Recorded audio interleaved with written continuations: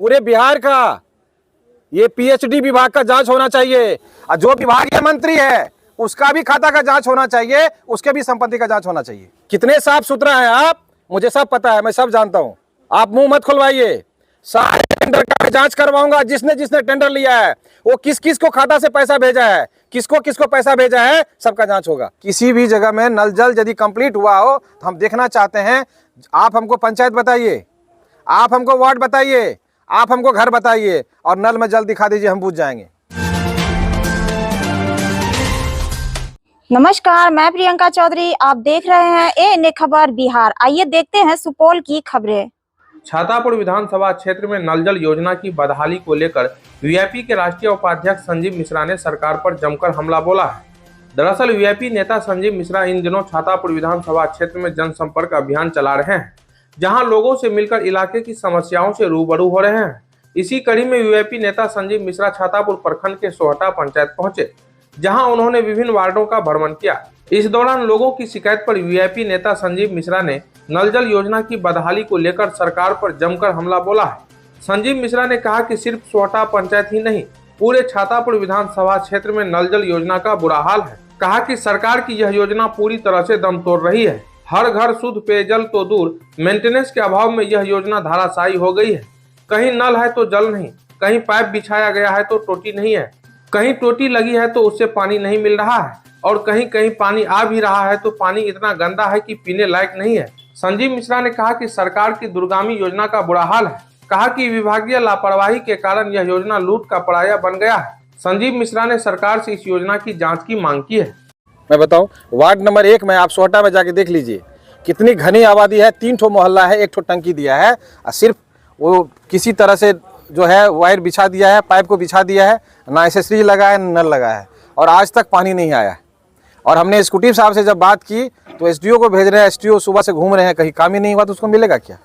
कहीं काम ही नहीं हुआ। खाली योजना में टेंडर हुआ है, रीटेंडरिंग हुआ है, टेंडर कैंसिल हो रहा है। अरे भैया, जब टेंडर होता है टेंडर कैंसिल क्यों होता है? बार बार आप टेंडर रीटेंडरिंग कर रहे हैं, टेंडर को कैंसिल कर रहे हैं। 4 बार टेंडर कैंसिल हुआ है, क्यों? ये बहुत बड़ा सवाल है। टेंडर कैंसिल क्यों होता है? क्योंकि आपके आदमी को काम नहीं मिलता है।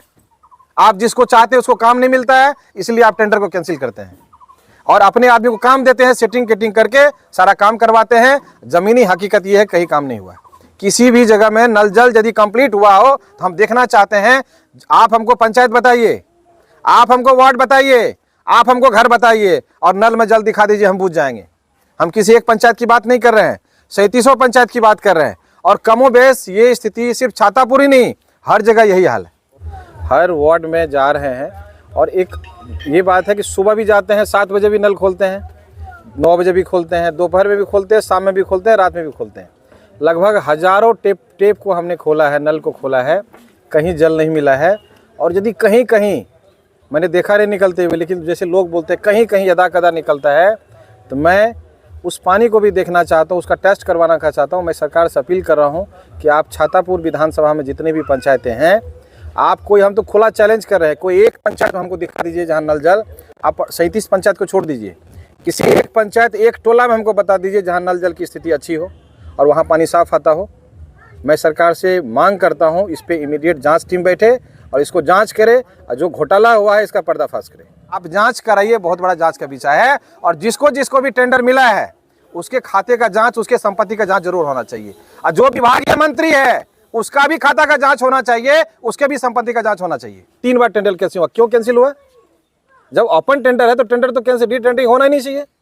क्यों टेंडर चेंज होता है? क्योंकि आपके मनोनुकूल आपको ठेकेदार नहीं मिला, आप अपने आदमी को सेट नहीं कर पाए, इसलिए आप टेंडर को कैंसिल किए और अपने सिस्टम से, अपने मैनेजमेंट से, अपने तरीके से सिस्टम को उसको टेंडर किए और अपने आदमी को टेंडर दिलवाए और आपकी जो मंशा थी वो पूरी हो गई।